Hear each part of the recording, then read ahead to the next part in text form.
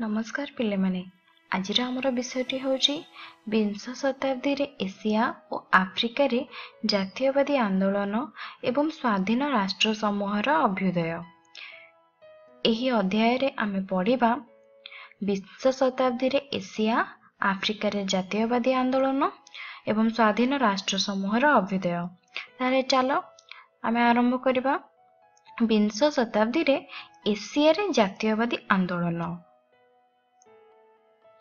ब्रह्मदेश रे अंगसान को नेतृत्व रे ब्रिटिश साम्राज्यवाद विरोध रे आंदोलन आरंभ होइतिला।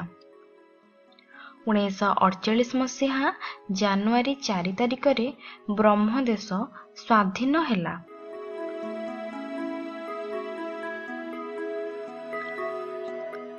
सुकर्णक नेतृत्व रे ओलंदाज शासन विरोध रे आंदोलन होई 1949 मसीहा नवेम्बर 2 तारिख रे इंडोनेशिया स्वाधीन राष्ट्र रे परिणत होइतिला।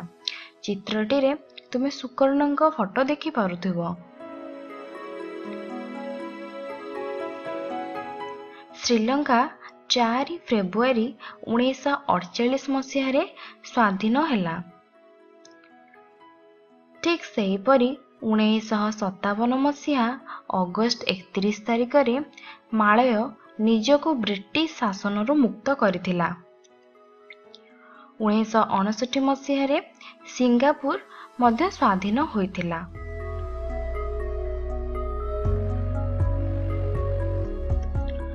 प्रथम विश्वयुद्ध परे सनयात सेन को नेतृत्व रे चीन देश रे जातीयवादी आंदोलन आरंभ होइथिला। तांकर कुमिंतांग दल सरकार गठन करिला। युद्ध रे पराजित हेबा जोगु एवं देशर दुर्बल आर्थिक स्थिति सुधारिबाकु अक्षम हेबारु माओ सेतुंग नेतृत्व रे साम्यवादी दल और चियांग काइसेंग कुमिंतांग दल मध्य रे गृहयुद्ध आरंभ होइथिला।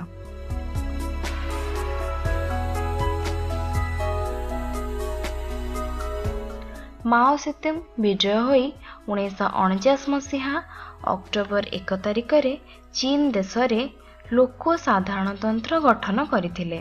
चित्रटी रे तुमे माओ सेतुंग को देखि पारुथिबो। ओ चियांग काइसेक पराजित होई फॉर्मोजा द्वीप को पळाइथिले।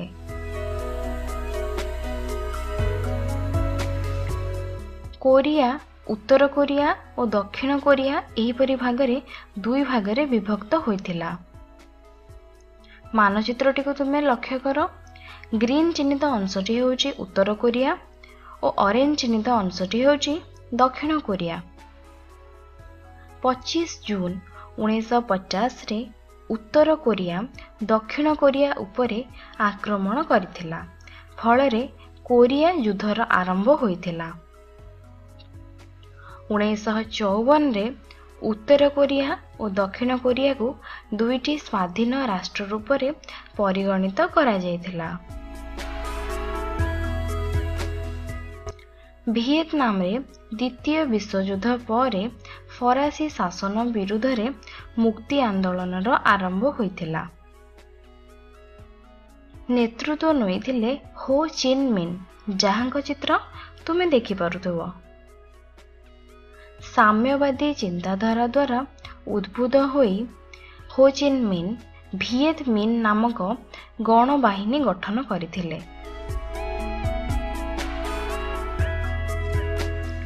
लाओस रे फरासी शासन विरुद्ध रे पाथेट लाओ नामक गणबाहिनी आंदोलन चलाई 1954 मसीह रे स्वाधीन लाओस गठन करथिले। मानचित्रटी को तुमे भल भाव लक्ष्य करो। पश्चिम एशीय देश सीरिया और लेबानन 1946 रे स्वाधीन होइथिला। ग्रीन चिन्हित अंशटी हेउची सीरिया और रेड चिन्हित अंशटी हेउची लेबानन।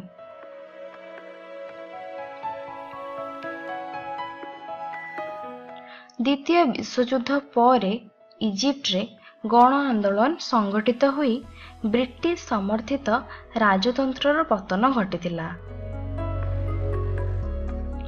1952 रे राजा फारूक को गादीच्युत करी जेनेराल नागुइव शासन क्षमता को हाथ को नहीं।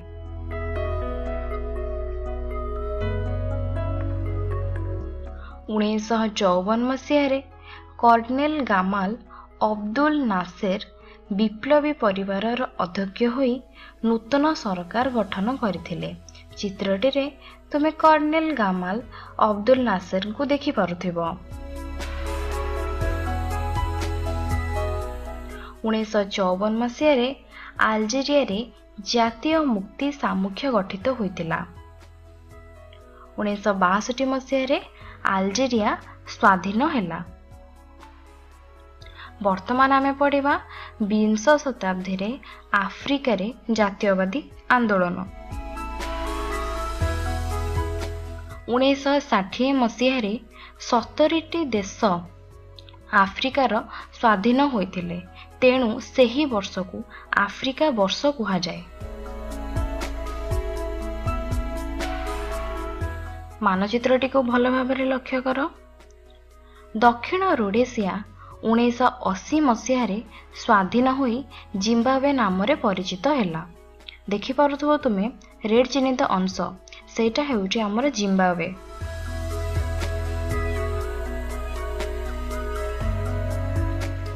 दक्षिण आफ्रिका रे संख्या लघु श्वेतांग माने कृष्णकाय मानकु शासन करुथिले। श्वेतांग मानक एही नीति को वर्ण वैषम्य नीति कुहा जाए।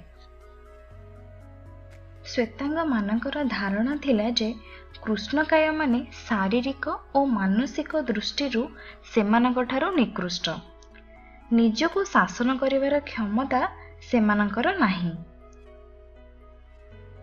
एही नीति जोगु कृष्णकाय माने देश शासन रे भाग नै पारु नथिले।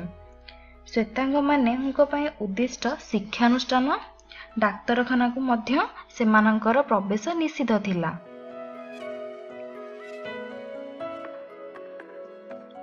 कृष्णकाय आफ्रिकीय माने आफ्रिकीय जातीय कांग्रेस नामक एक अनुष्ठान द्वारा एहा विरोध रे आंदोलन चलाइथिले। भारतर महान मुक्ति संग्रामी मोहनदास करमचंद गांधी सेतेबेले दक्षिण आफ्रिका रे अवस्थान करुथिले। महात्मा गांधी का नीति और आदर्श रे आफ्रिकीय आंदोलन परिचालित होइथिला।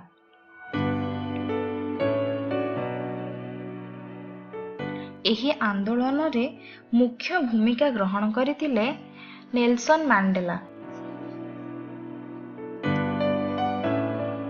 से 1994 मसीहा मे 10 रे जेल रु कारामुक्त होई दक्षिण आफ्रिकार प्रथम कृष्णकाय राष्ट्रपति होइथिले।